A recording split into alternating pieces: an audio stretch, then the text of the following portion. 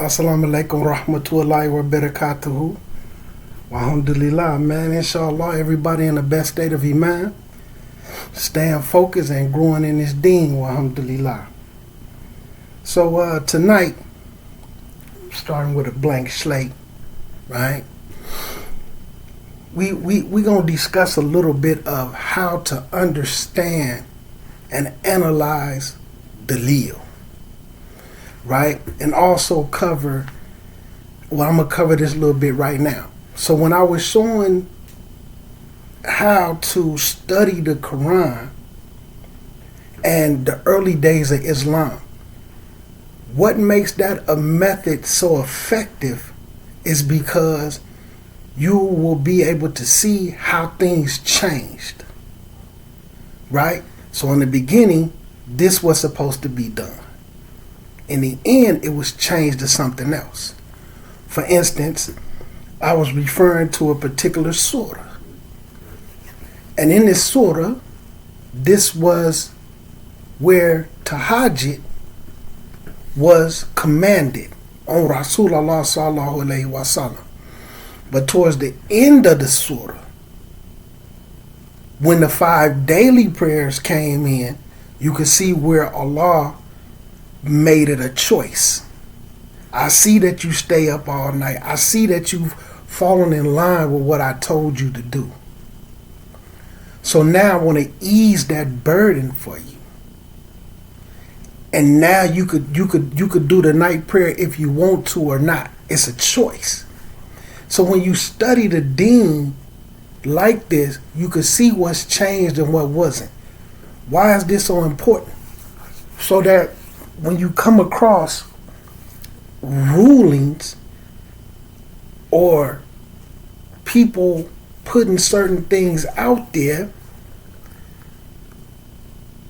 you will have a better eye on the situation because they might be making a ruling on something that has been changed.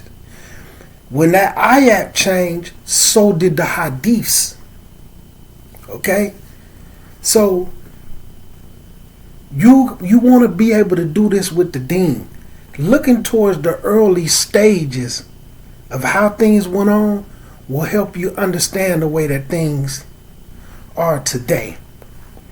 So I'm going to give people a few more seconds to come on in, a minute or two. I know I got to wait on them. They know we going to do this. But I want to show y'all something else real quick because people jumped into while we got a moment. People jumped in when I spoke about Wissam Sharif, right? The man, the brother that the FBI just got. When I made that video, I spoke on my personal dealings that I had with him. People was jumping in my comments because they love personalities and they stuck on who they thought he was. Now, I spoke in the video, I seen certain things in him that I thought was a little off. But then I also look at myself and say, I grew up in a violent hood environment. So things that's weird to us is regular for other people. Just like it's regular for us, unfortunately, to run around killing each other over neighborhoods and colors and directions of hats and finger gestures. That's not weird to us. And it should be. But to other people, that's weird. That's crazy. So I cloaked it under some of the behaviors he had. That's kind of crazy in the culture I came up from. So it might be normal in his culture. But people jumped in my comments and said this and that. So this is what I just want to show people real quick. Right here. I don't know if that's going to show up clear. But right there you can see Team Quran Revolution. And you can see all these emails they've been sending me. And I opened up one. Boy toast. Boy is toast. And I'm only mentioning this because all the people who jumped in my comments and running around saying this and that, trying to defend this person when he caught red-handed because they bought into his personality. So in this email it's saying, I'm going to show it. Assalamu alaikum, Yasin. We know it's been a difficult time for all of us who have been part of the Quran revolution. So that was the name of the little institute and the app that you get, right? And as a previous student, we recognize the importance of your physical, emotional, and spiritual well-being. I won't go into a whole bunch of it, but basically, they done brought in a mental health specialist. Her name is Sarah Sultan, a licensed mental health expert who has helped countless people find comfort and resilience through Allah's words, will be joining us will be joining us along with our Quran revolution teachers and assistants. So basically, they trying to pull up all the students, and they want to have a healing day and bring everybody in, and they got a mental health specialist. They trying to find who else he did wrong to. All right. And wallahi, I hope anybody else he did wrong to come through. I didn't go join in. I didn't join the live webinar where they was discussing the evidence that's against him, his wife turning him in, because he worked for them. They worked hands-on with him, and they was, they wanted to heal. They wanted to discuss anybody who else he did something to. If you seen anything inappropriate, let us know. Like I said, they beat me out $150, but alhamdulillah, I chalked it up. But, people just think because on my videos, I'm not just on YouTube talking. I'm not just making up something for clicks and views. I don't get paid off YouTube. You understand? I don't get paid off of YouTube. Alright? I'm not trying to get likes and views. It doesn't benefit me. I don't make money off YouTube. Alhamdulillah. So if I speak on something, I'm speaking on it from the heart and the truth. I seen some things with boy, and lo and behold, he was bogus. All right. So okay, they almost ready. So before we get started, and this is gonna weigh in, I want to speak on something, and everybody not gonna get this. So like they speak on, I'm always talking to deeds, right? Africa. So Africa, that's his real name. So that lets you know what was to his parents, right? Okay? And his last name is Black on his birth certificate. Africa, Black. So that lets you know what's to his parents. My mom, wallahi, true story, she was in school with the group who started the original Black Panthers. When Huey P. and them, when they was going to school, my mom was going to school with them. And Fred Hampton, my mom actually used to kick it with his guy. You know what I'm saying? So I come from up under that. So I put this belt on my neck, right? I want to show y'all something.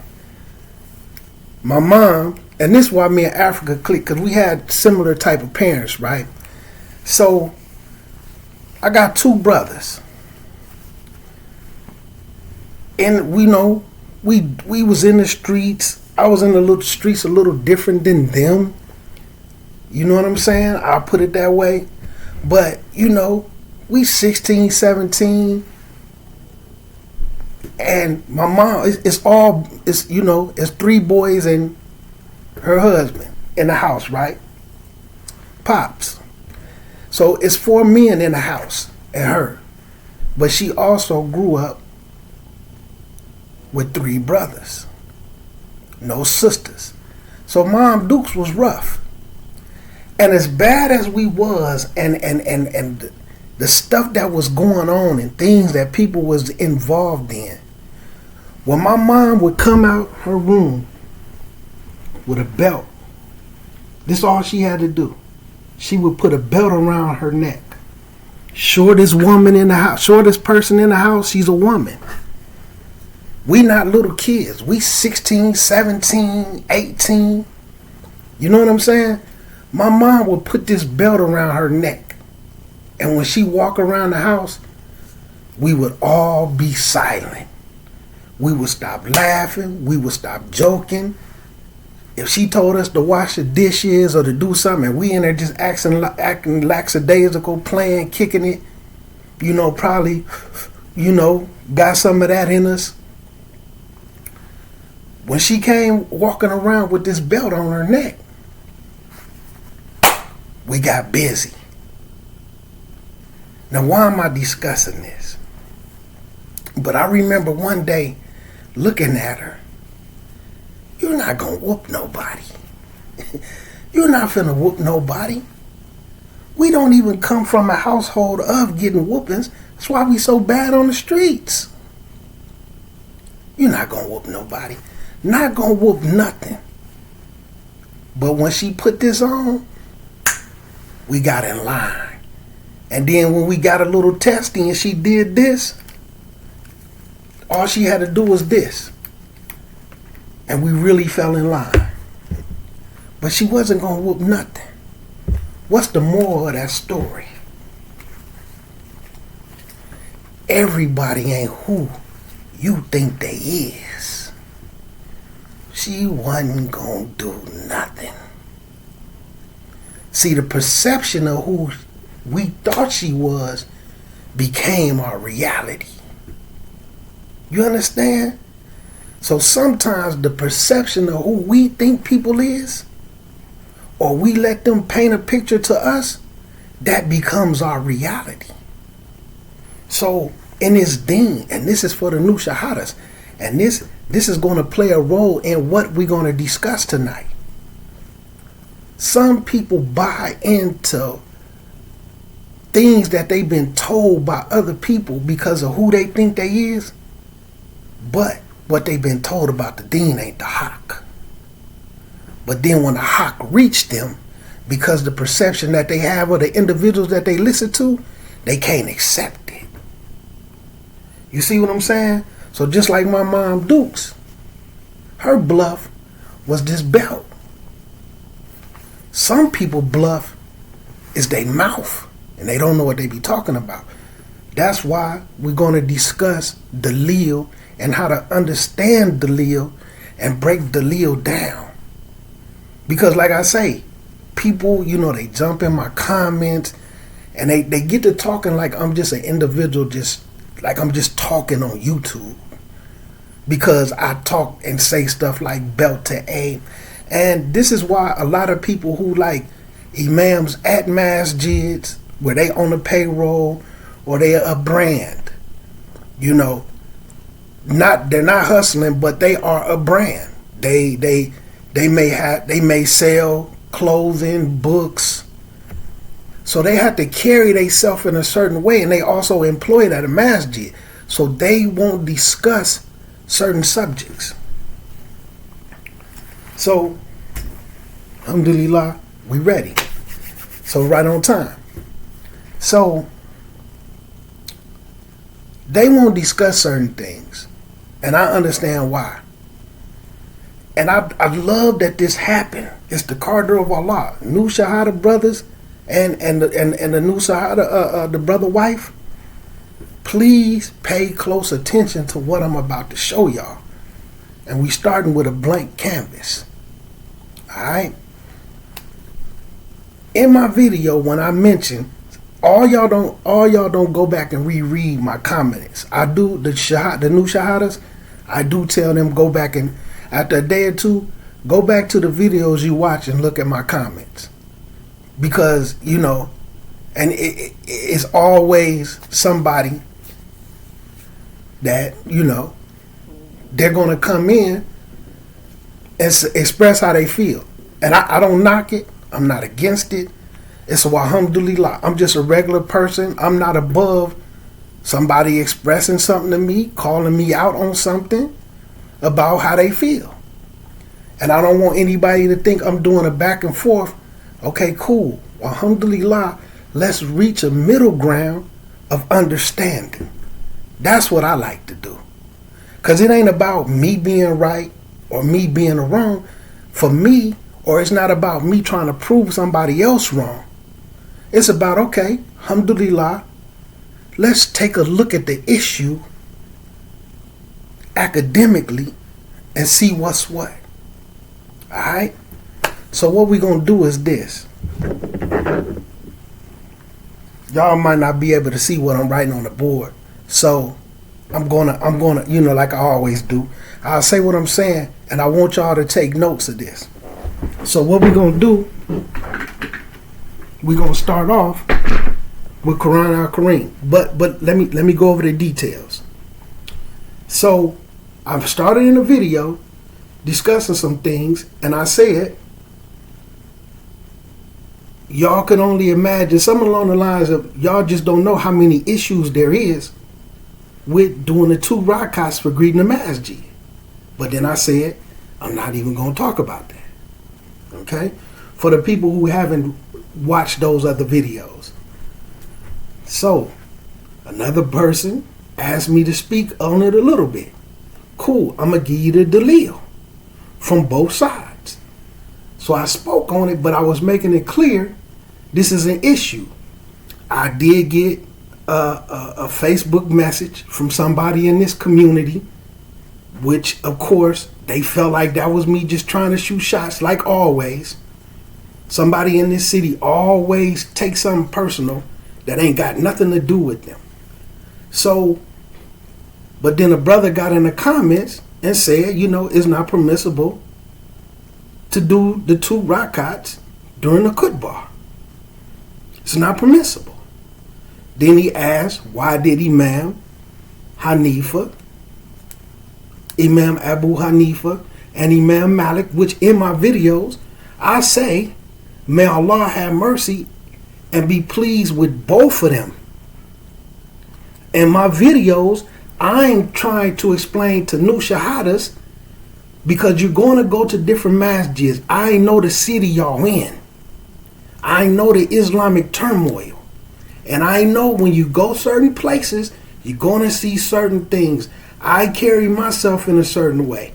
You're going to have people who's going to tell you because you bump into some people that don't do it, that they on bid'ah.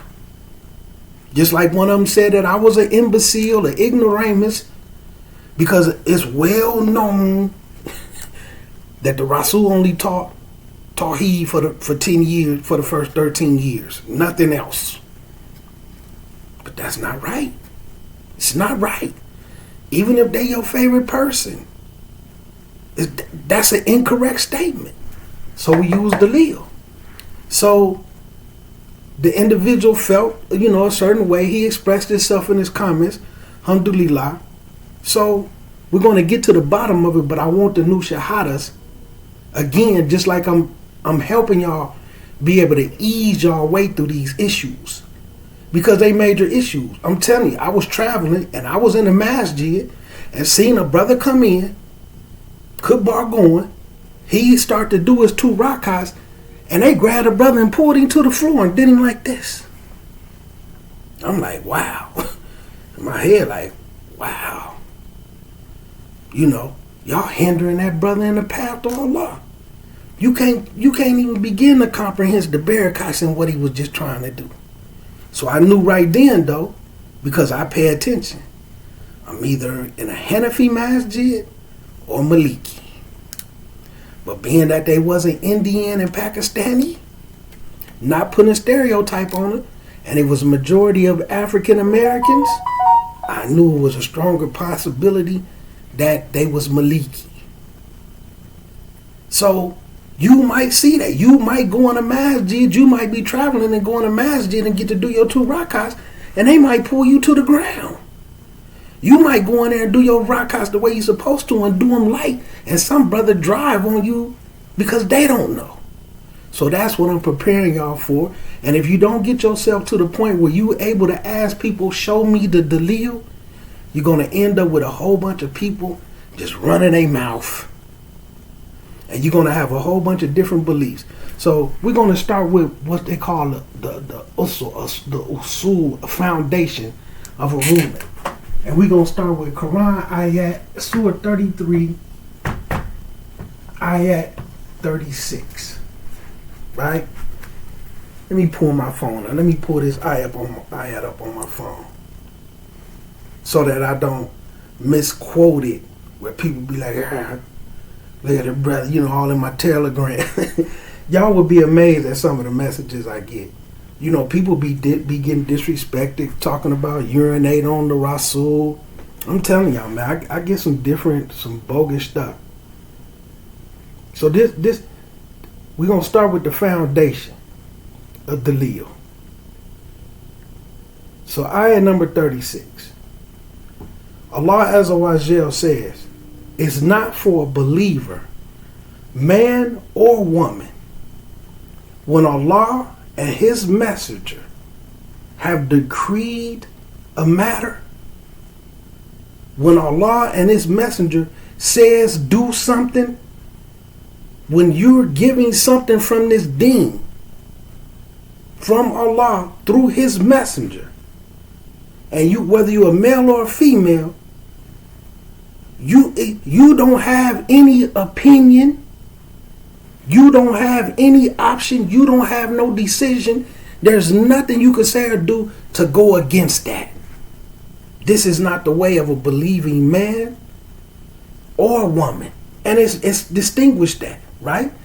So in parentheses it says, meaning if Allah makes a ruling in the Quran, or the Prophet sallallahu alaihi wasallam makes a ruling, then a Muslim is not allowed to go against that ruling or go and seek judgment from anyone else, hoping they give a different ruling, nor follow their own desires. So indeed, whoever disobeyed Allah and His messenger have clearly gone astray. They in plain error. And what's the word I like to use?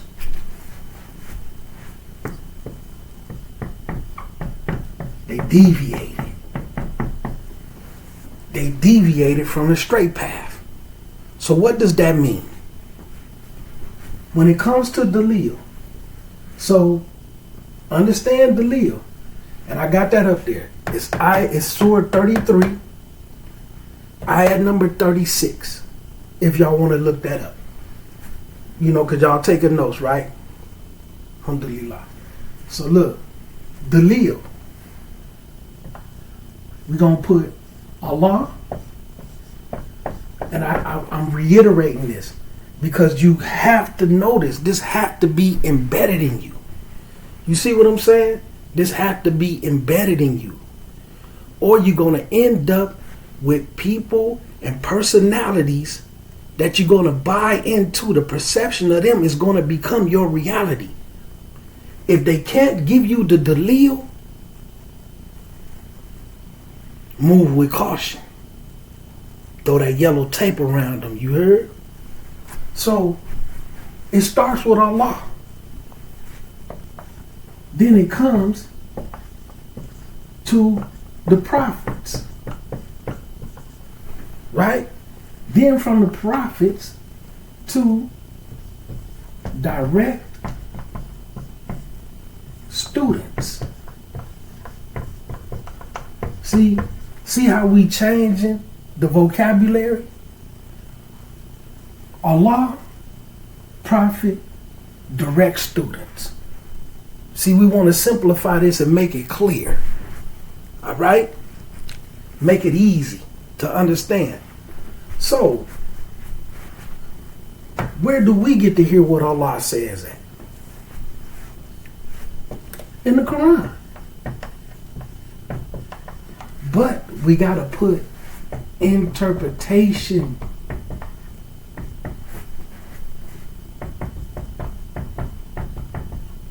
How the Quran is interpreted. Anyway, so why is that? So like when I showed y'all the way that the Quran is studied, when you study it that way, you could see what was replaced with something else. You could see the foundation of that law or that what was put there, and then you could see if violating it, what type of punishment it leads to. Which, like what I mentioned, it could lead to some type of destructions and punishment that you can't perceive or comprehend. You might not even know that it's happening. So that lets you know how serious of an issue it is. So in order to get that wisdom, that hikmah, where do you have to go to see how the Rasul lived that out?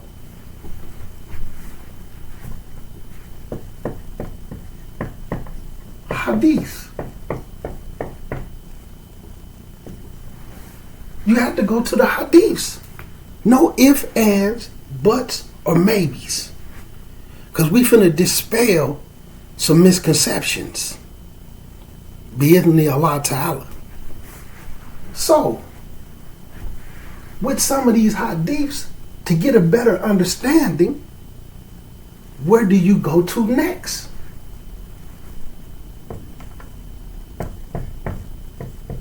Ijma of the direct students, which we'll just say Sahaba, right? Sahaba. So your proof and evidence comes from Allah, and we're going to put said. Allah said. The Prophet said, lived, and taught.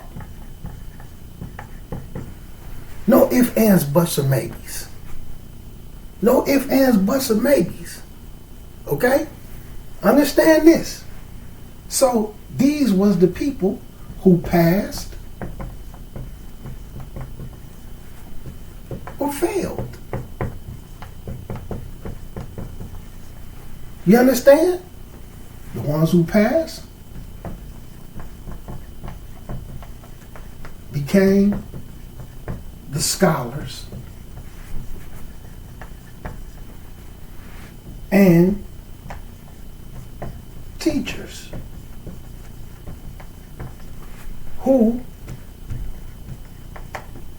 passed or failed people. So they inherited, so keep in mind, Allah said how the Quran should be interpreted. Prophet said, lived, taught, hadiths. No ifs, ands, buts, or maybes. Who was his direct students? The Sahaba. What do they all agree on? Ijma, consensus. Everybody that was around the Rasul, they didn't pass the test. You could see in the Quran ayahs where Allah is informing him on numerous occasions. These individuals around you, they harboring. They got some hypocrisy in their heart. It don't matter what type of garments, even if they try to hide themselves in Islamic apparel. You understand? They version of this. Let me throw this belt around my neck to give the perception that I'm going to put some belt to A.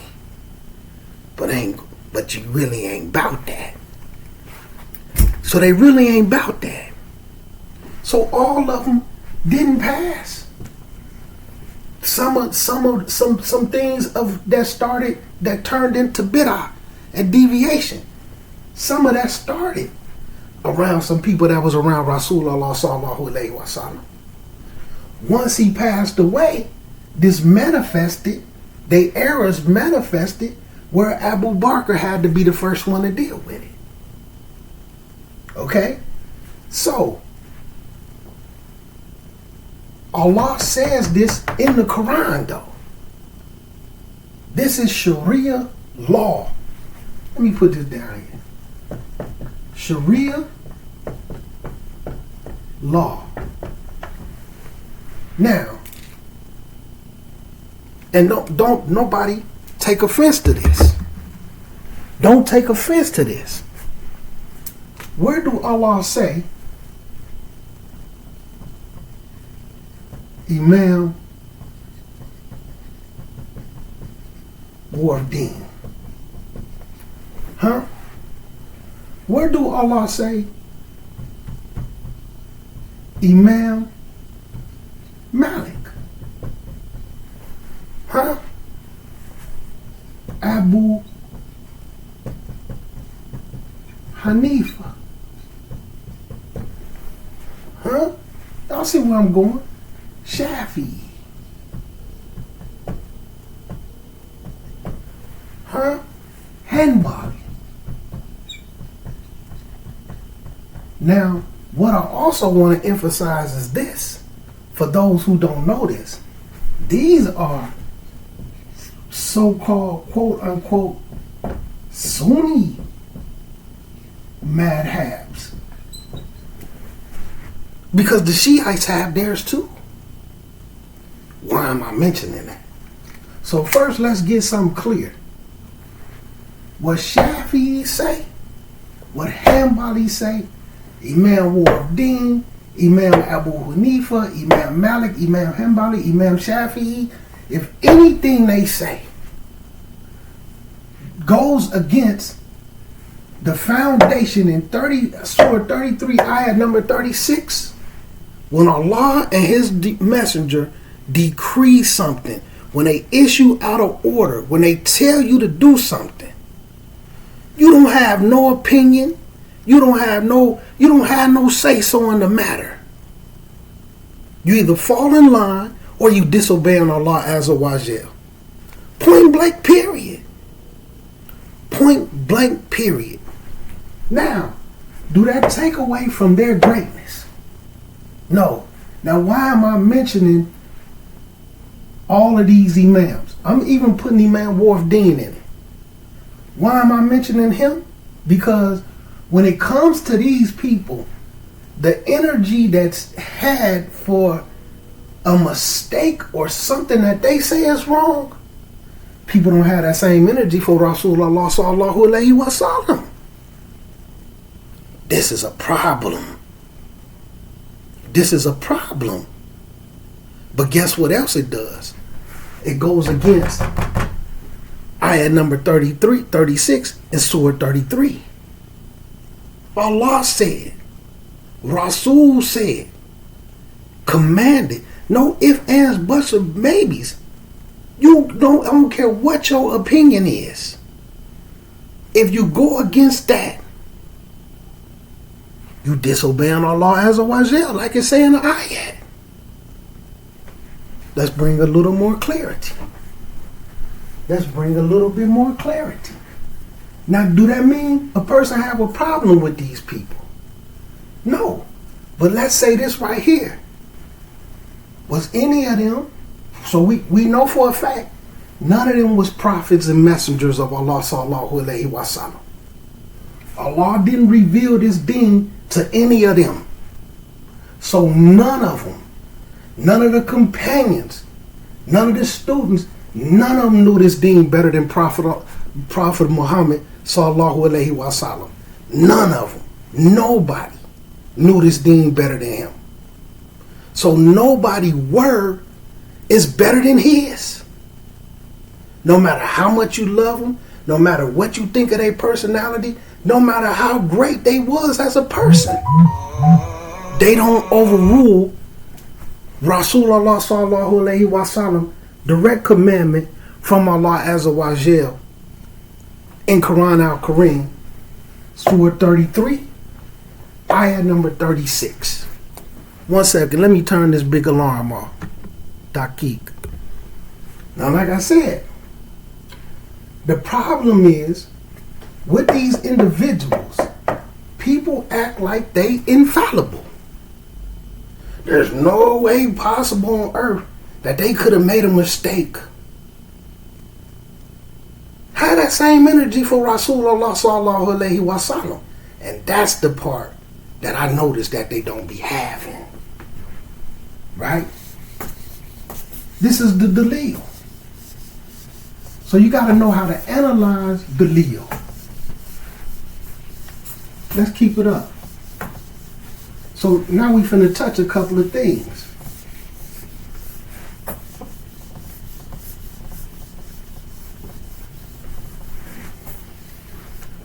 (33) I had 36. We're gonna leave that up there, right? Got me a green marker. So we're gonna put up here facts, opinion, because we gonna change the language once again to make it a little easier to understand. So let's pull up. Not that I don't know the definitions, but let's do the. I like so that people can get in the habit of this when they study. When you look up the definition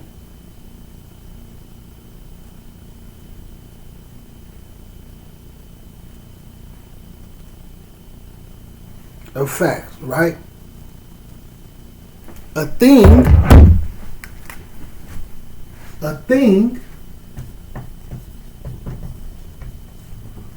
that is known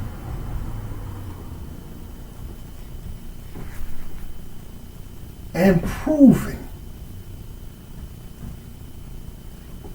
to be true. So there you go. A thing that is known and proven to be true. So it's known and it's proven to be true. Now let's look up the word opinion. And I'm finna clear up the language for y'all. Bi-idhni Allah Ta'ala.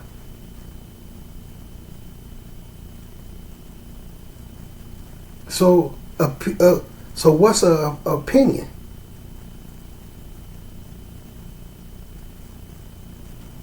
So opinion, listen to this. An opinion is a view or judgment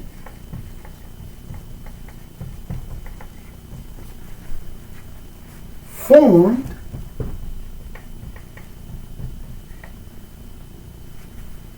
about something.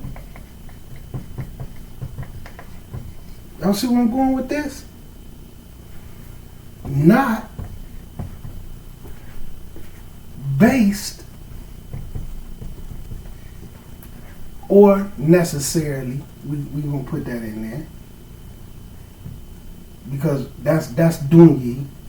I want to leave necessarily out, because Islamically in Sharia it's a little bit different. Based on fact or knowledge. You understand? Look at that. Y'all see where I'm going? Y'all see where Sunnah going? So just like Mom Dukes, she threw that belt on her neck, right? But see, some people put that belt on their neck because they really know how to use it. They really be about it. You understand? B2A. So, a fact is a thing that is known and proven to be true. An opinion is a view or judgment formed about something not necessarily based on a fact or knowledge. So let's break it down, shall we? Listen to this. Let's say, because this is what people say, there's differences. Let me clean up the language for y'all. Differences of opinion. And generally, for people, on a different level when we conversate, and they say, well, there's a difference of opinion. You know what I say to them? Well, which one of the companions and the Rasul differed about it? Huh? But again, let's clean up the language. There's a differences of a view or judgment that has been formed about something, not necessarily based on a fact or knowledge. So did they necessarily use knowledge to form this opinion? No, they didn't. Was their opinion based off of a fact? No, it wasn't. So sometimes, but see, people don't understand that because they stuck on the perception that they have of certain people when they're talking, and never really broke down what does a difference of opinion mean. Secondly, is opinion a fact? No, an opinion is not a fact. It's actually a view or a judgment that you formed about an issue that's not even based on facts or knowledge. So therefore, you can come up with a ruling without having what? Quran, Sunnah, or Ijma. That's why it's called a what?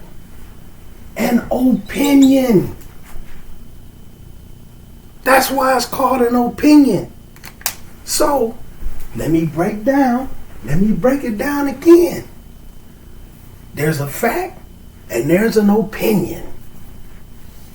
Let me break it down even a little bit further. So, a political correct way to say this right here, what it boils down to is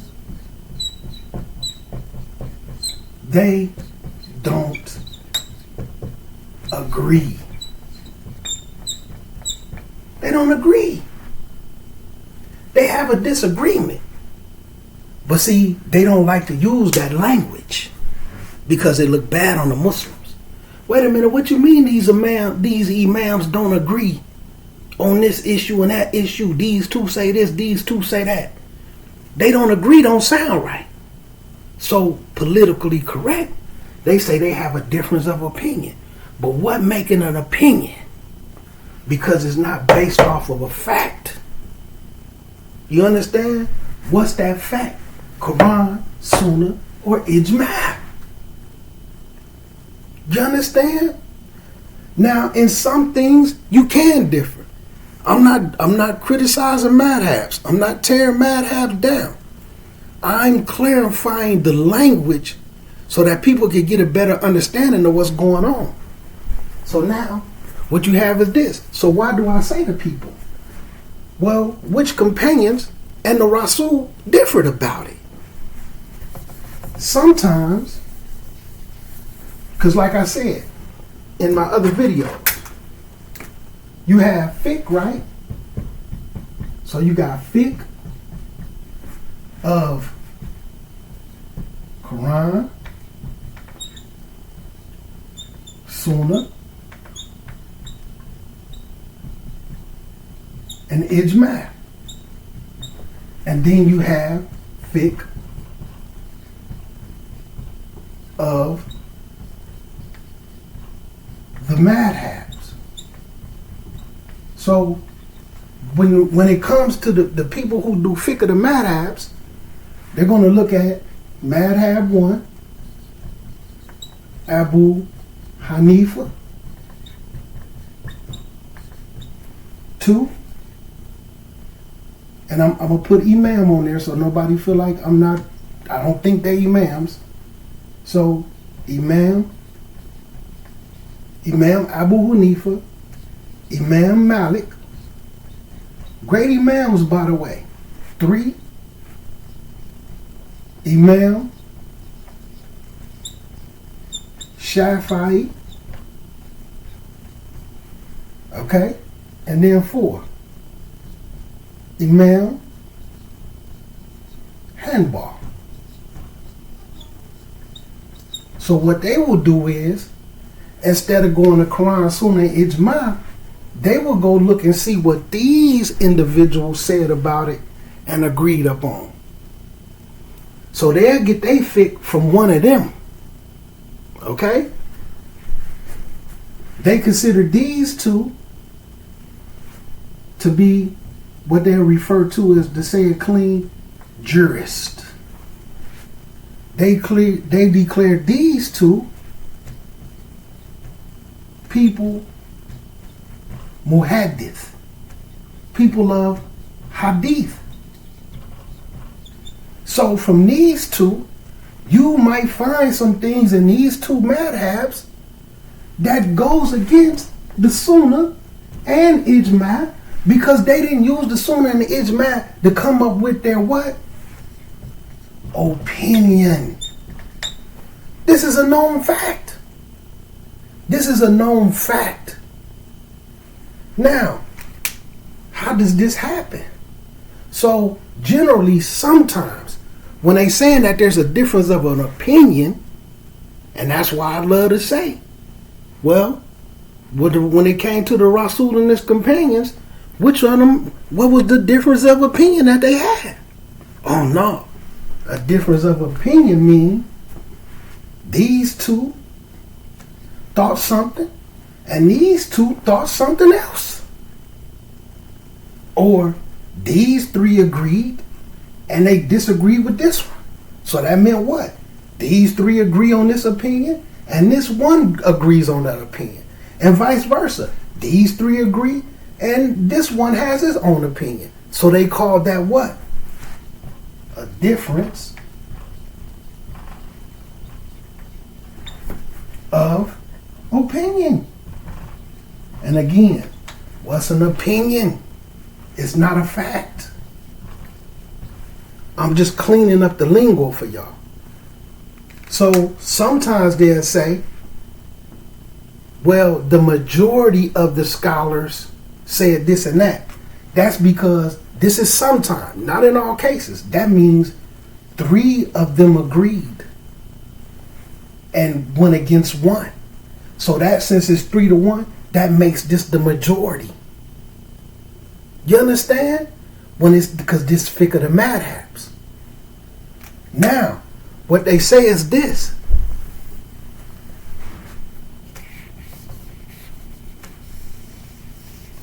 So, when you don't really know how to study and you never really been to school, this is basically how they do your ruling. If 3 agree, that's your ruling. Why? Because of the madhabs, it's ijma, consensus. So if 3 agree, then you have to go with the one that the majority of them agree with. Now, if 2 agree, if it's split, then you choose. This is how they do the rulings. So if Imam Hanifa and Imam Malik agree, but then Imam Shafi and Imam Hanbali agree, you choose which one you want to go with. This is how they do the rulings. But what happens is this. How y'all think that work out? How y'all think that work out? It don't work out because of fanatics. It doesn't work out because of fanatics. These 3 agree and now we're going to put disagree. These 3 disagree with Imam Hanifa.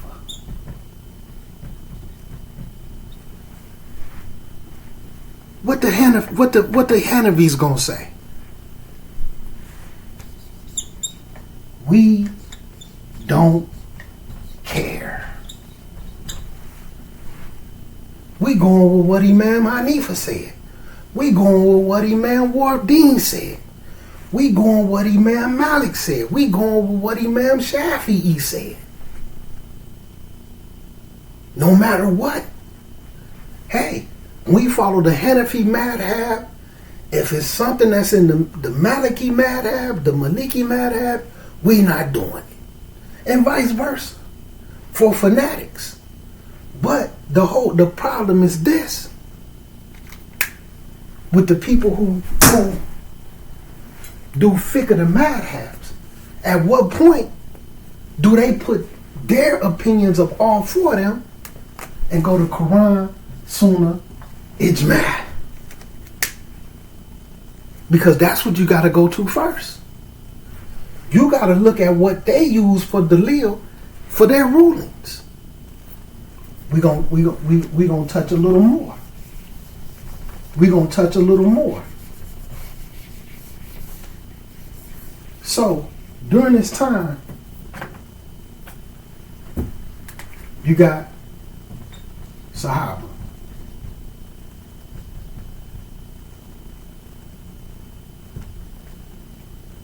Right? They traveled. They left after the Rasul passed to spread the deen, and then the Rasul sent some. So, people who lived, we're going to say Kufa. You had people who was in Kufa who may have traveled to Africa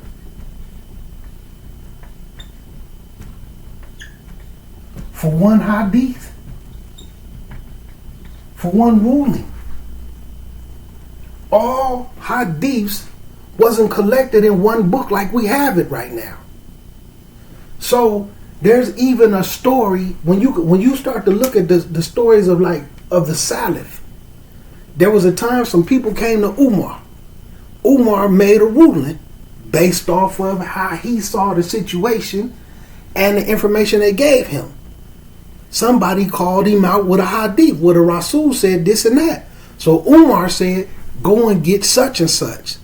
They went and got such and such. Umar said, is this true? If this an authentic hadith of Rasulullah sallallahu alaihi wasallam? They said, yes, we was there when he said this, and this. Boom, what did he do? He changed it to go in accordance with the hadith. But what did that show? He was one of the Rasul's best companions, and there was a hadith out there that didn't reach him. And he felt some regret because he said, perhaps I was doing some business or something when the time when this hadith was relayed. I'm busy chasing money. That I didn't get this hadith from Rasulullah sallallahu alaihi wasallam. So if every hadith didn't reach Umar, why do people feel like every hadith reached Abu Hanifa? Imam Hanifa, Imam Malik, Imam Shafi, or Imam Hanbali? Especially when all the hadiths wasn't collected in books like we have today. You understand? So, and now I'm finna wrap it up because I want this. So y'all have to understand this, man. As new shahadas, you're going to run into these differences because like right now, to be honest with you, very few people really study anything systematically. They listening to the people who they're around. This person gave me my shahada. I was locked up with this person. So they don't even be knowing where it came from. They just don't know. An opinion is not a fact. So sometimes when they say that there's a difference of opinion, that means the four madhabs don't agree. That means the four madhabs don't agree. So just to throw this out here. So in the comments, my man said something that was real beautiful. He told dude, because of course, and I don't want that brother to feel like I'm picking on him, because I'm not.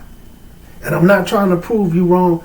This video is for the people who we do the late night sessions, and for the four new shahadas, the three brothers and the one wife, who look at the comments and get confused, or they hit me up and ask something. I'm really doing this to clarify some confusion that may have reached them. So this really isn't about the person in the comments. So he mentioned to him Imam Jafar Sadiq. Do any of y'all know who he is? See, y'all don't know who he is. A couple of brothers said we heard his name, but we don't know what's to him. So he informed the brother that Imam Hanifa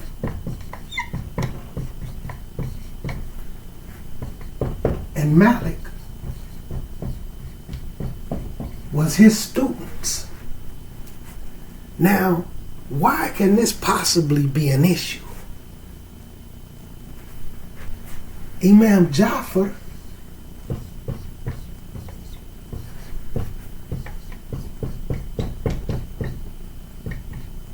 put two eyes there.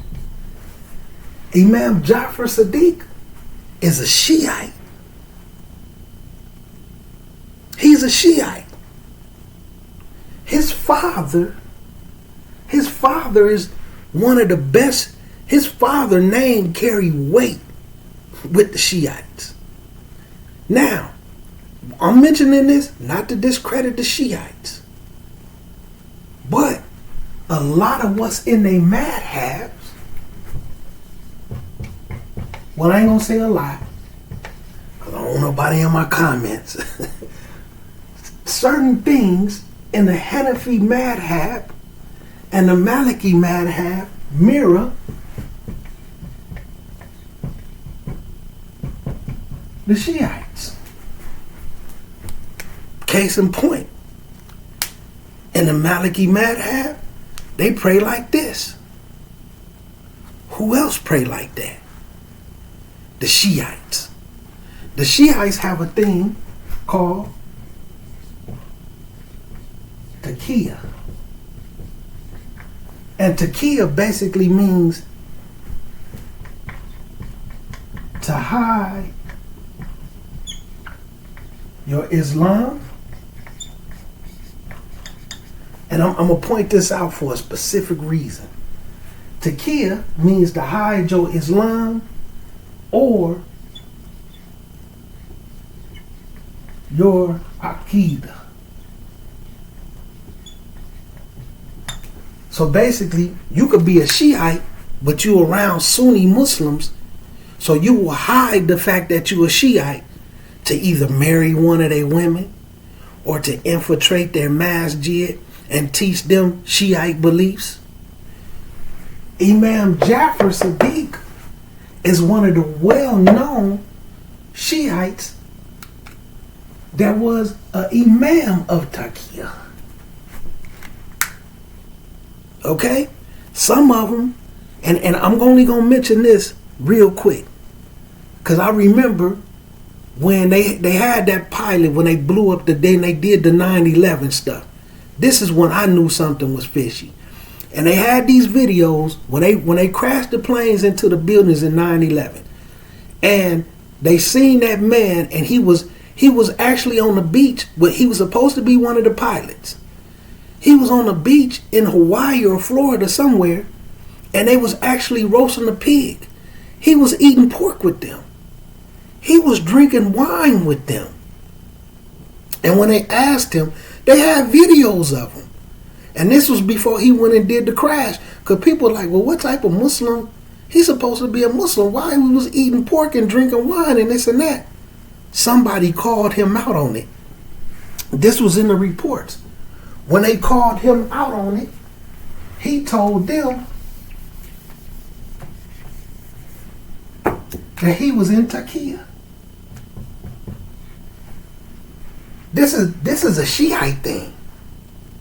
But when they blew up the buildings and this and that, somehow they directed it towards Osama bin Laden, which a lot of people don't know if you follow up with it. The United States government ended up having to give his family almost $100 million. Look it up, Google it. They had to give Osama bin Laden family almost $100 million when it translate over into their money. They had to settle with them because Osama bin Laden had nothing to do with it. Google it and look it up. But those pilots said they was in Turkey, which let me know what? They were Shiites. So, Imam Malik pray like this. The Shiites pray like this. One of the things that they do when they in Turkey to hide the fact that they Shiites, it's permissible for them to put their hands below their navel. Who pray like this with their hand below their navel? The Hanafi madhab. Who was their teacher? A well-known, knowledgeable Shiite. The Shiites have issues with hadiths. As a matter of fact, they have issues with a lot of the companions. They don't like Abu Bakr. They don't like Aisha. They actually say that Aisha killed Rasulullah with poison. On their holidays, they have a festival where they sing a song called Aisha is in Hell. They sing it in Arabic. You can pull it up on YouTube. They say Abu Bakr, Umar, Uthman, they say that they in hell. So they reject a lot of the hadiths because these people in the chains of narrations. So who else makes certain rulings without a hadith? But let me show y'all the beauty of it before I wrap it up. Because I want y'all to understand this.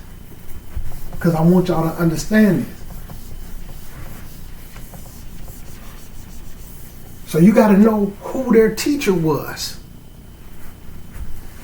You understand? And you can see there's certain things within their madhabs that mirror the Shiites. So what I'm going to do is, I want to pull up, so we got to understand this. And then I'm going to close. Let me pull this up real quick. I want to show y'all some statements. I could say them, but I want to read them. So let me give y'all something. Because the brother probably this is for clarity for y'all. So, not only, let me pull this up, man. Because trust me, y'all, this is important. Some of y'all don't have a clue what's in your deen. Okay? Now, am I bashing school of thoughts? No, I'm not. I'm not bashing madhabs. Because there's some Sunnah in them. But they have a fanatic teaching. There's no way for you to practice Islam correctly without a madhab. How did the Rasul and his companions do it then? And it's obvious there's things in those madhabs that go against that was direct commandments. There is certain things you can have difference of opinions about because they was done different ways. But when it wasn't something that was done different ways, like the Quran ayat said, Surah 33, ayat number 36. Your opinion, you can't have an opinion. What you think doesn't matter.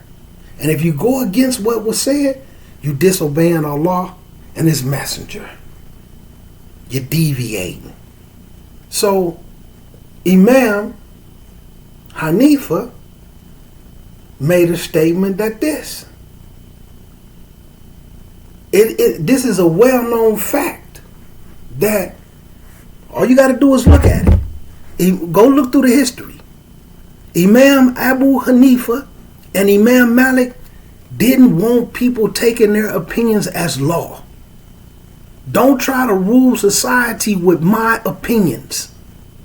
They both said, Imam Abu Hanifa said, if you come across a hadith that goes against my madhab, that hadith is my madhab. Go with that, because they knew everything that was out there hadn't reached them. But what happens when people from the Hanafi madhab come across something that go against that madhab that's authentic? They reject it. Same with Maliki, same with Shafi'i, same with Hanbali, and same with the Wafdeen community and all these other ones. Which does what? Directly goes against ayat number 36 and 33. And like I said, when you dig into it, sometimes, a lot of times, these differences was because of their students, not the actual imam. So all four of them made similar statements, and all of them was against bid'ah. But see, their students don't follow along with that. They don't follow along with that. So I hope the brother done stayed with me long enough, and this is for him, because he feel like I said some things that was a mistake. And sometimes I'm not on no level. I'm still just a regular person like everybody else, right? I just have some different information, right? But sometimes when people say things or they ask things, you could tell by them asking whether they actually studied that or they just listening to something that other people said. You can tell it. And then sometimes people will speak to you from their opinion or how they feel. And because one thing we have to understand, and women really need to dig into this, just because you feel some type of way, it doesn't make you right. See, sometimes people attach feelings to haqq. And that's what shaitan plays on you. Shaitan will play on your feelings and your desires, because you will start to take it as haqq. Just because you feel some type of way doesn't make you right. So he felt like I said some things, although once these things start happening, people fall into selective hearing. Although I didn't say what he felt like I said, but it made him feel some type of way. And I know why he feels some type of way, because he jumped straight up talking about it's not permissible to do it. But in the video, I'm discussing Daleel for how it's permissible. So now it done turned into a who's right and who's wrong type of thing. So now I'm attacking the madhabs when I read the opinion of Imam An-Nawawi. Imam An-Nawawi, which I might bust the hadith back out. But what I want to do for y'all, let me give y'all something. I'm finna bust out a book of jurisprudence. 1 second.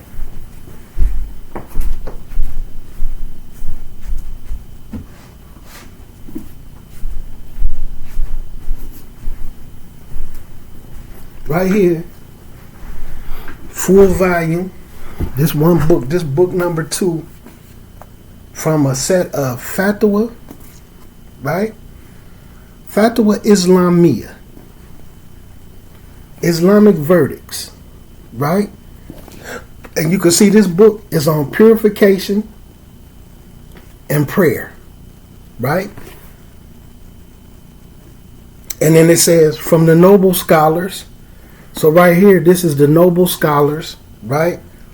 And the permanent committee, right? The permanent committee and decisions of the Fiqh Council.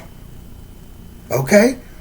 They got Sheikh bin Baz, they got Sheikh Uthaymeen, they got Sheikh Jabreen. So when you got the permanent committee and decisions of the Fiqh Council, this is a whole board and committee of scholars that put these verdicts together. This helps you with Islamic law. So let's go and look and see what the scholars say. Before I touch I'm going to touch the hadith. I'm going to close on the hadith because I got to. And that's I want to close on what I started with to show y'all how to deduce and look at Daleel. So, right here, that chapter, the ruling, y'all see that? Inshallah, bi'ithni Allah ta'ala, it comes clear. Right? The ruling on praying Tahiyatul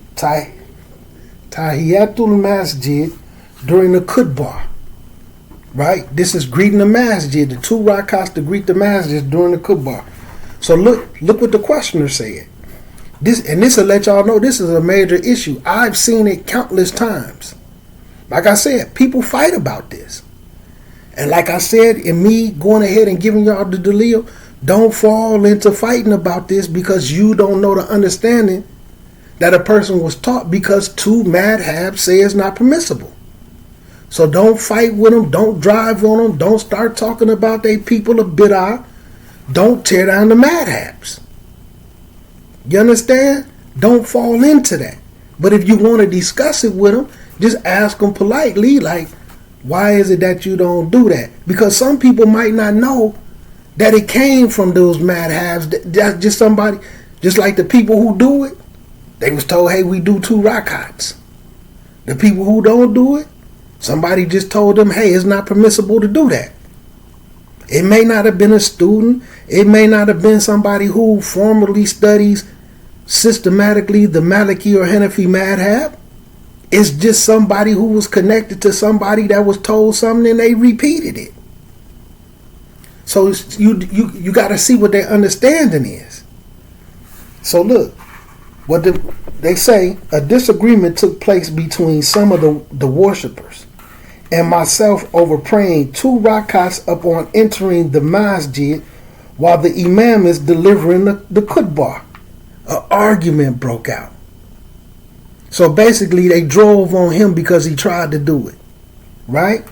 I requested a ruling from His Eminence, the Sheikh, regarding this matter.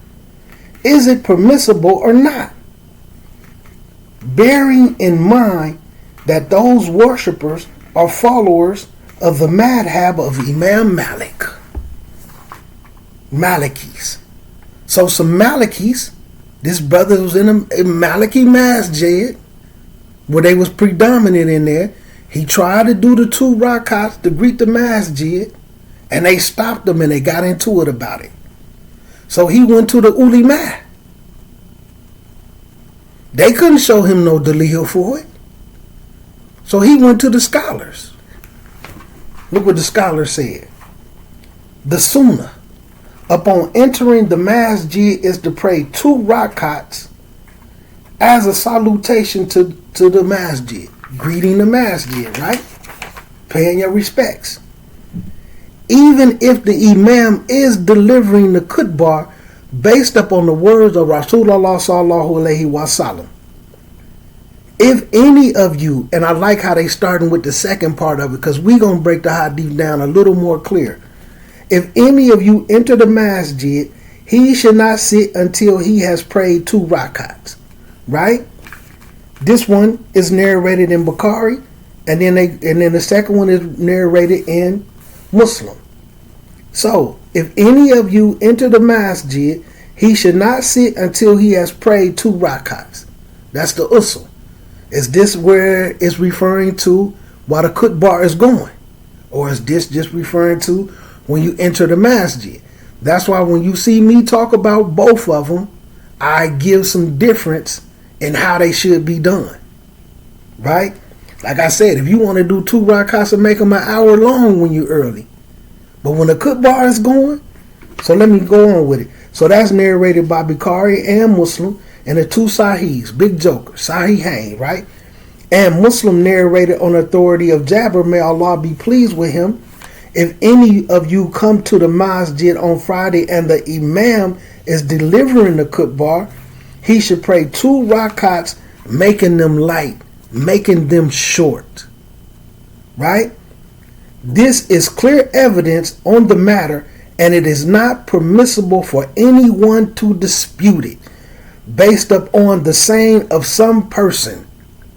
So you can't dispute it because you feel like your favorite imam said it, your favorite cousin, your favorite person who do the kubars at the masjid.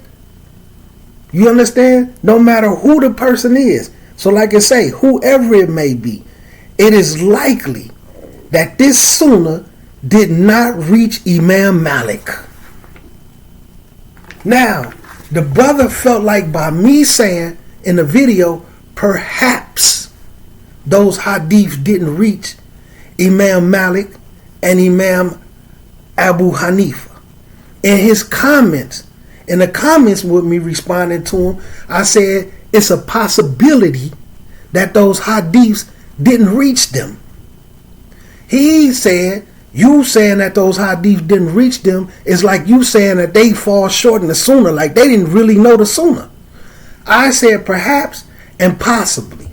He felt like that was opinion for me. Why did I say that? Why did this scholar say it? Because it's making an excuse for those brothers.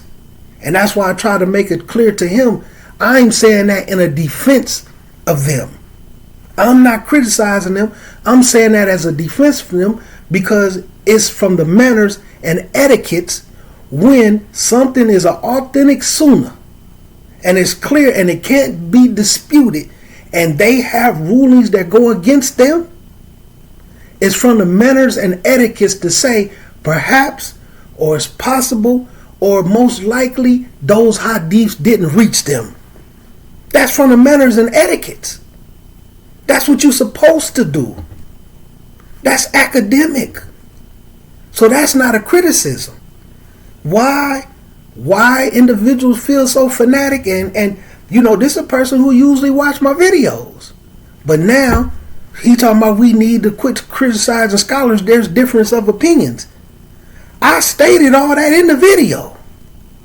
I'm actually stating if you see somebody up on the opinion of those madhabs, don't go driving on them and arguing with them. You understand?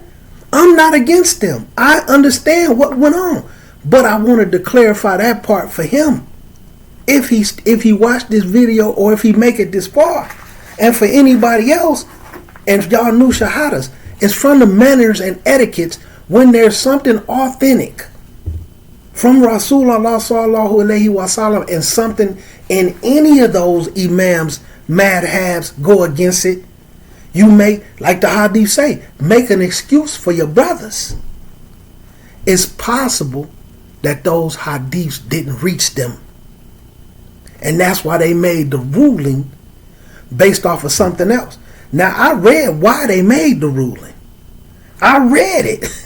But I read Imam An-Nawawi refuting it in his commentary of Sahih Muslim in the video. So their ruling wasn't based off of the hadith. I've read that in the video. But look what else it says though. Right? So it is likely that this sunnah did not reach Imam Malik, Imam Hanifa, the two who choose to say it's not permissible.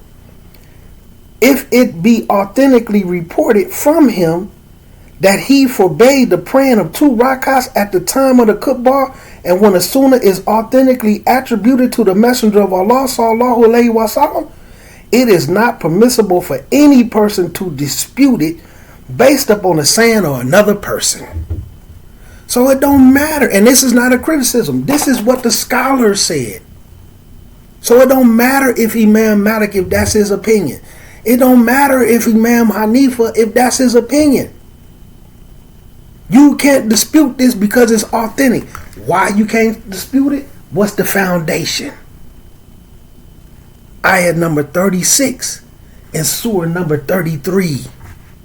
But these imams said from themselves, if you see something, you traveling, because they didn't really leave their area. They didn't travel. So if you go to an area and you travel and you meet somebody from the Tabi'in and you get something that's more authentic and it goes against what I said, throw what I said up against the wall. Forget what I said, you take that. But what happened is, his followers don't take that advice. And then they might criticize Imam Shafi'i and Imam Malik. Imam Shafi'i and Imam Malik ruling is based off of what? The hadith. Not their opinion, or not the opinions of other people.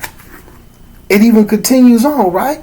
So whoever they may be, because Allah the Almighty has said, man, I hope this ain't the same ayat that I was using. So let's see, they giving another ayat, the scholars, right? O you who believe, obey Allah and obey the messenger, and those of you who are in authority. If you differ in anything, refer it to Allah and His messenger. If you believe in Allah and the last day, this is better and more suitable for a final determination. So they put the ayat out there. When things come to something and y'all differ in that matter, refer it back to Allah and His messenger. Not Imam Malik, not Imam Hanifa, not Imam Shafi'i, and not Imam Hanbal, and not Imam Wardeen, or any of these other people that have a school of thought. You don't refer the issue back to them. You refer it to Quran. And if you want to go look at the rulings that they had, Imam Hanifa actually said it's not permissible, and y'all can look this statement up. Imam Hanifa said it's not permissible to take any ruling from me unless you know the Daleel from which I derived that ruling for. You got to know the Daleel I use to come up with that ruling. But do his followers follow that? They didn't follow it then, so they not following it 1,000 years later either. What else do it say? And in another ayat, and in whatsoever you differ, the decision thereof is with Allah. This is well known that the judgment of the messenger, sallallahu alaihi wasallam, is from the judgment of Allah, the Almighty, the All-Powerful, according to the words of Him and the Most Glorified. This is what the scholars say. We don't care if it's Imam Malik, we don't care if it's Imam Abu Hanifa. In regards to that, you can't go against it. So, unfortunately, for those who say it's not permissible, that is a mistake. For those who jump up and they doing it and they not making those rakats light, you're not on the bid'ah, but you're deviating from the Sunnah. You understand? And you're missing out on your khutbah, especially because I do see particular Muslims, after they get done, they might be sitting up there doing this for like a whole minute. Then there's also another deviated issue where in between the khutbah, you have people will stand up in between the khutbah when the imam is sitting, and they'll stand up and do 2 rakats then. Right? On some different things, which I shouldn't have said that much, because now it might turn into a whole thing just like this did. But this is alhamdulillah. This is the qadr of Allah, because I'm able to show the Muslims, the new shahadas, these is major issues, and this is how you avoid them. When you traveling and you going to masjids and you're not familiar with it, you got to do like the Salaf. Let me go in here and see how they praying. Let me see how they moving. Let me speak to a couple of them. I'm not going to say they're not Muslims, but this is going to let me know how I can or can't deal with them. You understand what I'm saying? This is going to let me know if I'm dealing with people of knowledge. I can sit back and listen to the khutbah and say, and look at their format and say, this person never studied. They may looked on the internet. They may be listening to what somebody else said. They just talking. You could tell the difference when you know. Then we having a class, we doing this and that. I might be present or not, but this is how the Salaf got down. Because what was the foundation? They traveled to go to somebody to seek some knowledge, because they heard it was a knowledgeable person. So you could go to a masjid and decide, okay, I might want to seek a little knowledge here. I might want to do more than just pray 5 times. They wasn't going there for the purposes of just praying salat in congregation only. They heard it was a knowledgeable person in there, and they went to go learn from him. But they paid attention to this, that, and the third and said, nah. Because they too careless with the Quran and Sunnah that they not going to be careful with what they tell you. And that's what happens right now. So like I said, young brother, beloved, me saying perhaps or it's possible that the hadiths never reach them, that's from the etiquettes and manners that you're supposed to use when it comes to them, because it's a well-known fact some of their rulings is based off the hadiths not reaching them. That's a well-known fact. But I'm finna close on, let me show y'all how to look at this hadith and bust it down and how you study hadiths. And that's why I keep telling y'all, man. Hadiths, hadiths, hadiths, hadiths. If you're not going to read hadiths, at least just read them. And like, cause like for me, a lot of y'all don't know this. And I probably shouldn't say this, but before I bust this hadith down, do y'all know? Matter of fact, you might be able to Google it. New Shahadas, I want y'all to Google this. Iqama. I mentioned it about the adhan and the adhan. Google how many, this might help you get it, how many iqamas, how many is it? And then adhans, how many is it?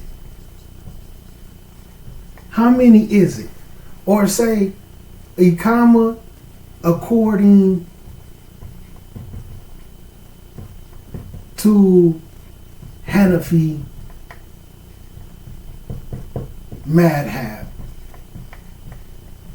And then also adhan according to Hanafi madhab. And then you're going to start to see these madhab. So that's why, like, when I'm sitting in the masjid, some people don't know this. I could sit around a person and hear how they call the iqama,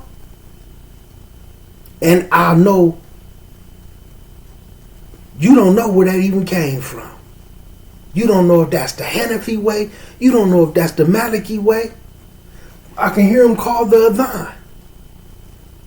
You don't know, and not because I'm saying the wording, not like they tone or how fast or how slow they say it, with the words that they say.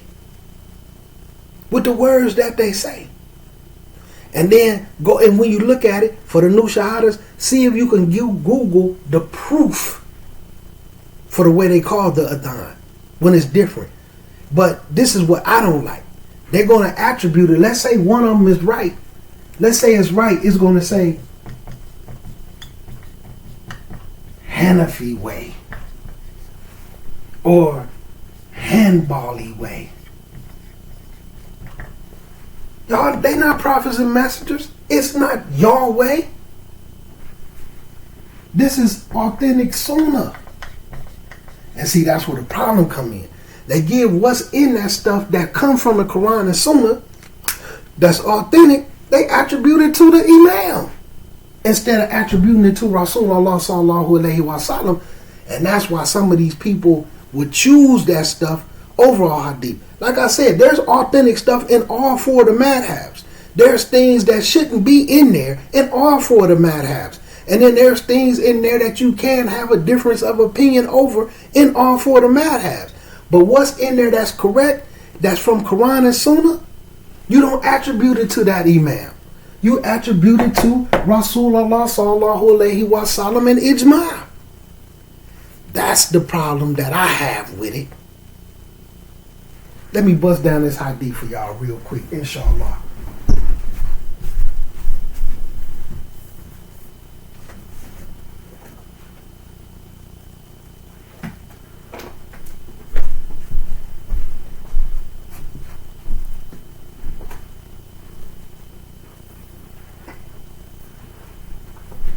Inshallah.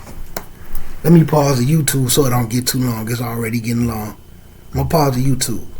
Y'all got a moment? Okay, alhamdulillah. Be back in 1 second. Okay, well, alhamdulillah.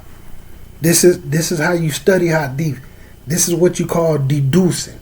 So this is how you can look at it if other people have rulings and it's not in accordance with it. Let me show y'all how y'all study and deduce hadiths. still ask somebody that knows, though. You know what I'm saying? Like, don't just try to be your own self-proclaimed scholar. You understand?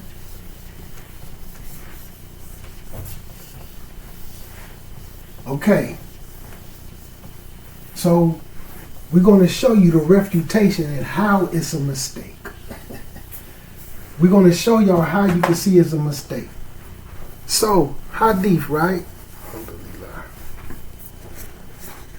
So look at this. And a man named Suleika, right? So, as Allah's messenger was delivering the khutbah on Friday, Suleika came in and sat down. The Rasul sallallahu alaihi wasallam said, Suleika, have you prayed your 2 rakats to greet the masjid? Suleika said no. So the Rasul said, stand up and pray 2 rakats and make them light. So we're going to stop right there at the beginning of the top of the hadith, and let's discuss the ruling of the ones who said it's not permissible. Now this is Imam An-Nawawi. This is Imam An-Nawawi's explanation of Sahih Muslim, right? You got your Arabic, you got your English, right? So, this is what he said. And like I said, there's numerous hadiths. We just choosing the last one for the sake of time. All these hadiths are clear in their import, providing evidence, supporting the view of Shafi'i and Ahmed, which is Imam Hanbal, and Ishaq, and the scholars of hadith, and the scholars of fiqh, that if a person comes into the masjid on Friday when the imam is delivering the khutbah, it is, now he using the word desirable, mustahab, right? It's desirable for him to offer a prayer of 2 rakats in greeting the masjid. He is discouraged, which means it's makruh, it's dislike, it's disgusting from him sitting down before praying these 2 rakats. So they putting in the view of Shafi'i, Ahmed, and Ishaq. There under the thing is desirable, mustahab, beloved, recommended. But when you look at the hadith as it is, the Rasul commanded him to do it. So when you look at a hadith like this, one, you got to look at the importance. So let's say we're going to look at the importance of the ruling. If an imam is given a khutbah, if the imam is given a khutbah, is they going to interrupt the khutbah because a fly is flying around? Or a bee? Something harmless? No. If he stopped, because I want y'all this to be in y'all notes. He stopped the khutbah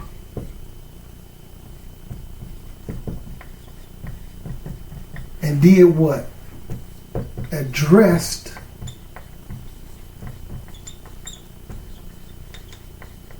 some wrongdoing.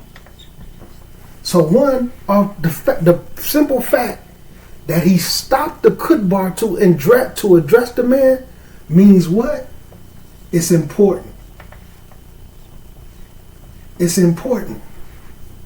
So therefore, this is an important issue. What else can we derive from that? If you given a khutbah and you see something wrong being done, you should what?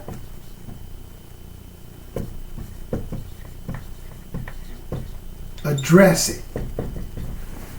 When you see some Muslims that's doing certain things, because right now what you hear off the tongue of the Muslims is, I ain't gonna say nothing about it. I don't care what they do. It don't affect me. I'm all on my deen, like Benny Siegel, right? The rapper.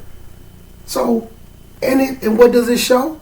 if you address a person in the audience of the khutbah, if you address them, they can answer you back. This doesn't destroy your khutbah. How do we know this? Because the Rasul did it. So anybody say that this manner and the way this was done isn't permissible, then they probably up on the opinion other than what the Rasulullah sallallahu alaihi wasallam commanded. So that's the importance. So we just looking at the importance of that part. So the top one person, put that down, one person is being addressed. Why are we throwing the one person being in? Only one person is being addressed. Because their ruling is based off the one person. So let's take a look at their ruling. Right? So the view of Shafi'i, Hanbal, and Ishaq, and the scholars of Hadith and the scholars of Fiqh, is that Sunnah Mu'akkada, this is highly recommended. This is beloved. It is desirable to do this, but make them light, make them short, make them brief. Some people need to learn what that means. And when I'm going to give y'all a hint. When you understand the pillars of Salat, it's real easy. So then it goes on and say, right? So look at this. He is discouraged from sitting down before praying these 2 rakats. It is further desirable that he should make them light so as to listen to the khutbah after he finishes. This is the same view of, and it was expressed by Al-Hasan al-Basri and the other early scholars. Now, Qadi Iyad said, this isn't Imam Malik saying it, this isn't Abu Hanifa saying it. This is another scholar saying Imam Malik, Al-Layth, Imam Abu Hanifa, and Al-Thawri, and early scholars among the Prophet companions and the Tabi'een said that a latecomer should not pray these 2 rakats. This view is also reported to have been expressed. Now they saying reported, so they don't know if it's true or not. It just means somebody said it. That by Umar, Uthman, and Ali. Now this is what is addressing the one person. Their argument is based on the command to listen to the Imam. They understand these hadiths as meaning that the man was thinly clad, which means he was sickly looking. Therefore, the Prophet ordered him to stand so that the people would see his condition and give him some charity. Just like I said in the video. Right? Now, we're going to stop there. We're going to go back to the Daleel. So, Qiyad, it was another person who said that this opinion was from Imam Malik and Imam Abu Hanifa. We don't know for sure if that was their view. Because like I said, sometimes a lot of stuff came from their students or other people attributed stuff to them. So you don't know where this saying or who introduced this. But so we put one person for a reason. It was addressing one person. So their view is the one person was sickly looking. Sickly looking. Hey, he looked like he needed some bread. He looked like he needed a sandwich and a few dollars, right? So he looked like he needed sadaqah. So this is what they're saying. They're saying that ruling is based off. The only reason why the Rasul told that man to get up to address him, it really wasn't about praying the 2 rakats. It was all about he was a sickly looking individual, and the Rasul wanted him to stand up so that everybody could see him and give him some sadaqah.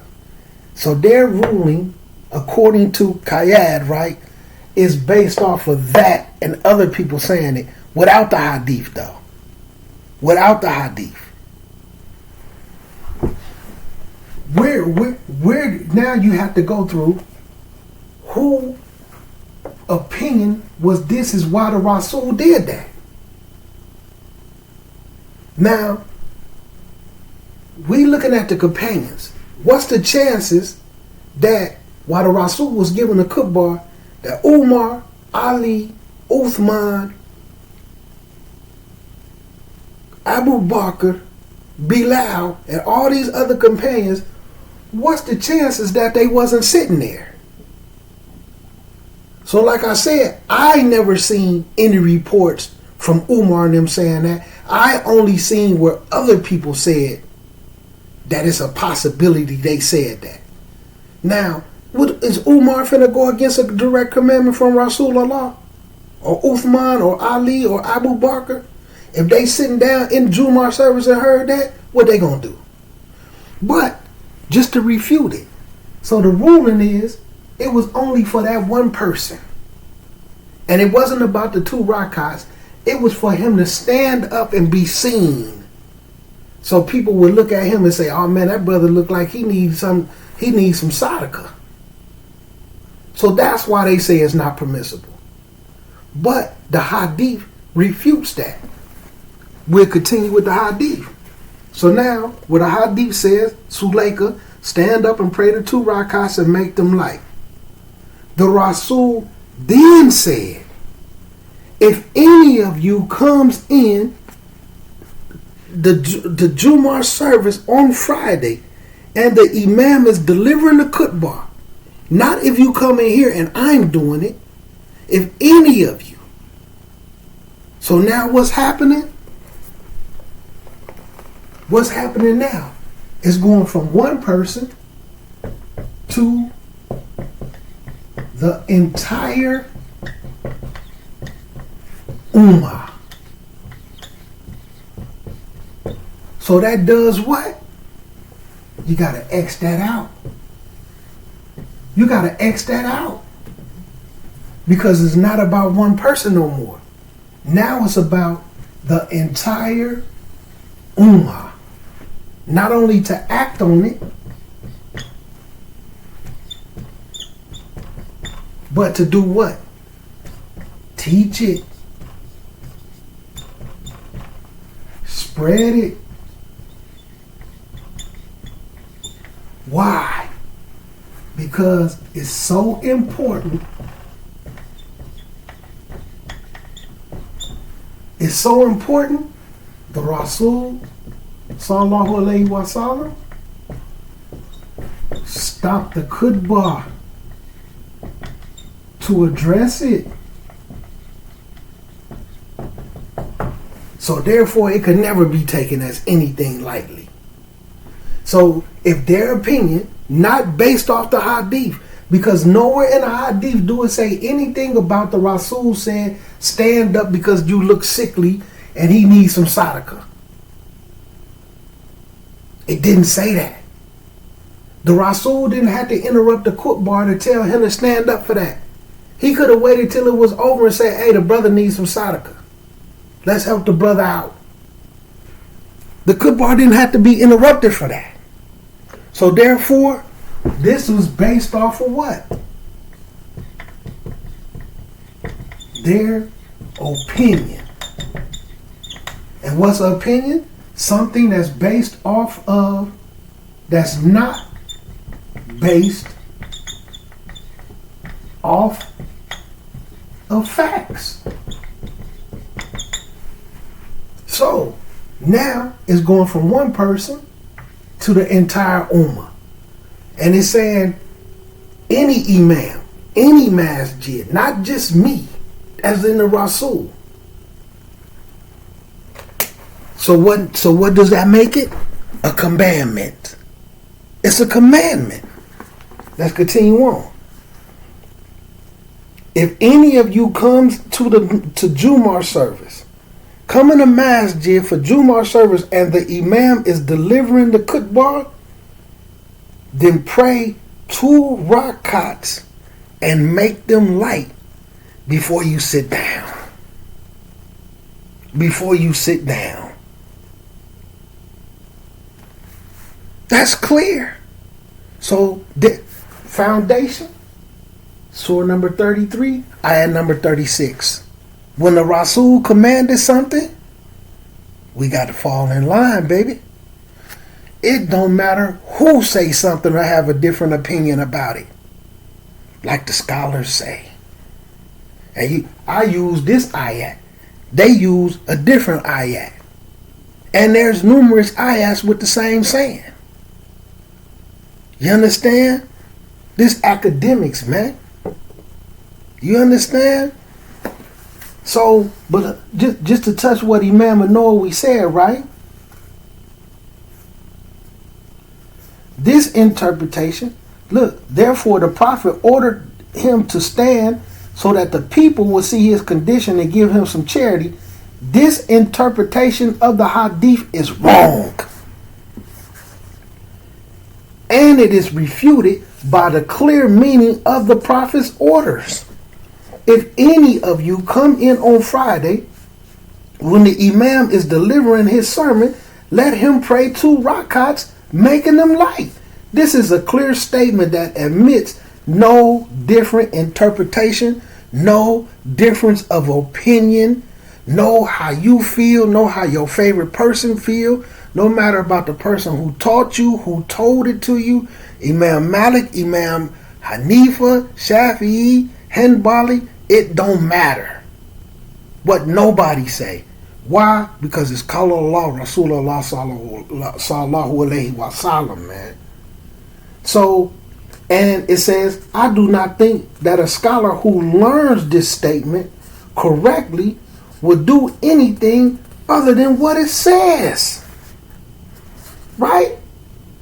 This hadith also showed that ordinary speech during a khutbah is permissible if needed, and that it is permissible for the imam and others. They also include enjoining what is right and pointing out what is beneficial in all situations and at its places. Khalas. I don't even have to continue on.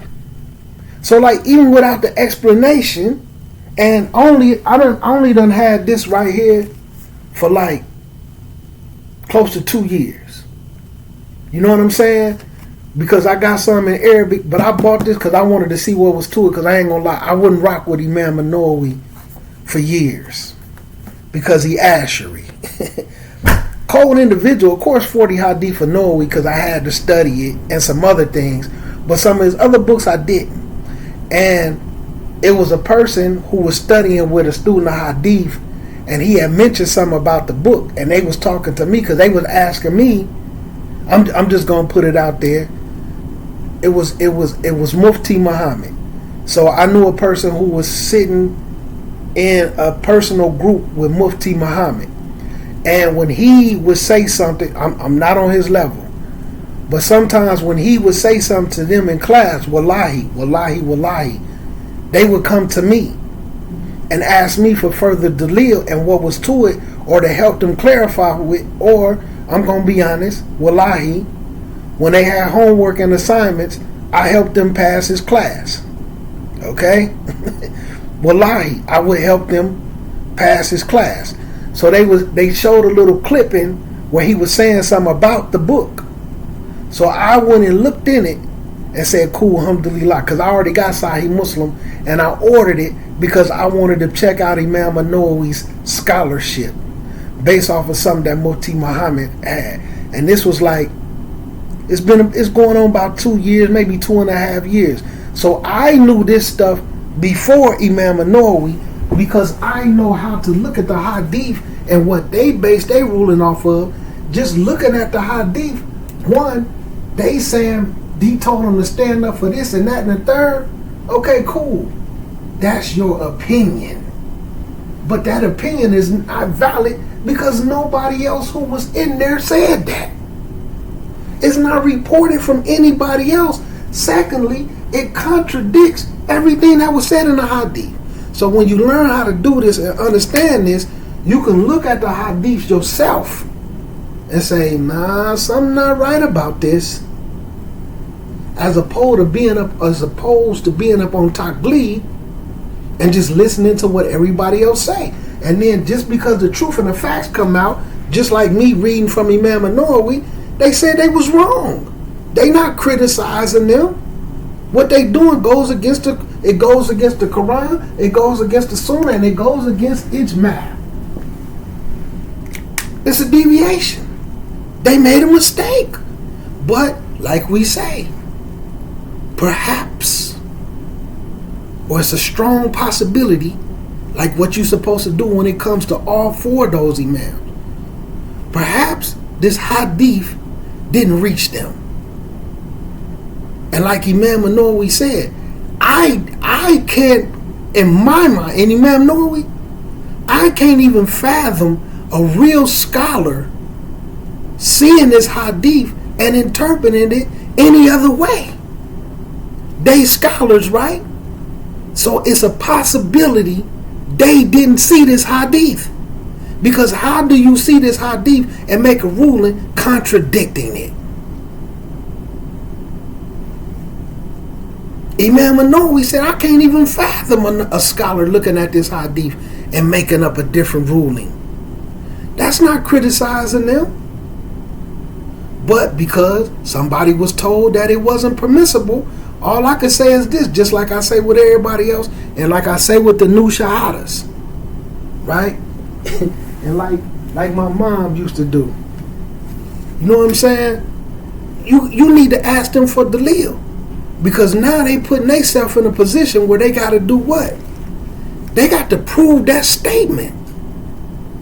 If you're going to say something is not permissible, you got to prove it, and it got to be, proof is what? Quran, Allah, Prophet, Sunnah, Hadith, right? Prophet, there is Sunnah, Hadith, students, Ijma'. There's not Ijma' on this statement that he was sickly and he looked clad and that's why the Rasul told him to stand up. You gotta have, so like I said in the video, anybody who try to go get some Daleel, they got to trace it back to the madhab. They might not find it in the madhab, but they might find somebody else who says it was in the madhab. But that's how you look and study Daleel. Anybody, you don't even have to be a scholar to look at that hadith. But see, you might know somebody where your perception of them became your reality. But then at the same time, some people might put that belt around their neck and know how to put it on booties. You understand? There's a difference. There's a difference between a person with a belt on their neck and know how to put it on booties and a person who put it around their neck so that they bluff never is called. Know what I'm saying? Hey D's, you wild, man. I ain't finna start with you, man. Assalamu alaikum rahmatullahi wa barakatuhu. And again, I'm not trying to do it back and forth. I hope I didn't offend the brother and I hope I didn't offend anybody else. But I just want the day to come where people have this exact same energy for Rasulullah sallallahu alayhi wa sallam. Can you have differences of opinion? Yes, but go back to what's the definition of opinion. That's why I started off by breaking down the lingual for you, for everybody to understand, especially the new shahadas. When you start to run into stuff, you need the lingo to be broken down first and foremost. And then if three people, if what Allah gave the Rasul is a fact, the fact is the Rasul told that man to stand up and do 2 rakats and make them light. That is a fact. Then the Rasul addressed everybody else in the whole Ummah. That is a fact. Their opinion was that he told this one man to stand up because he looked sickly and needed some sadaqah. Which was what? Not a fact.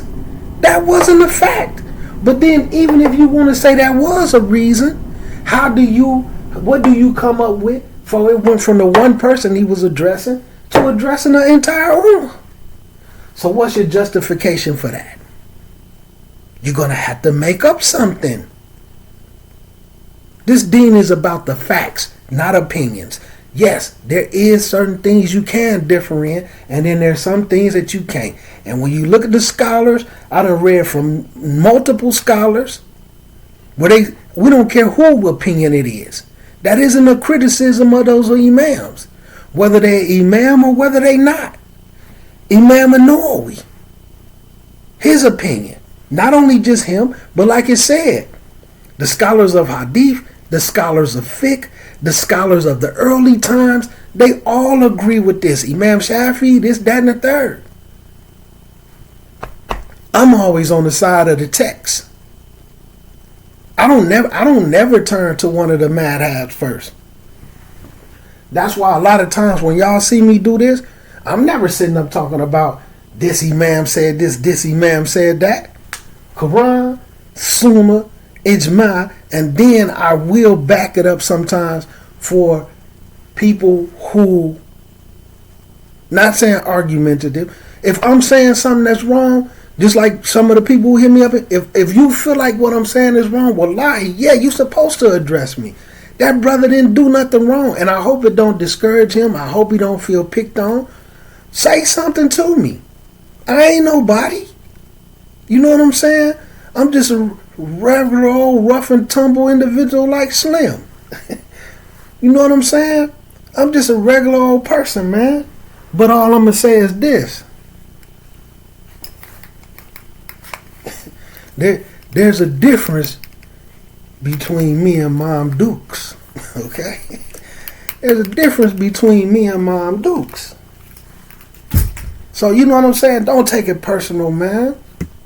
Assalamu alaikum rahmatullahi wa barakatuh.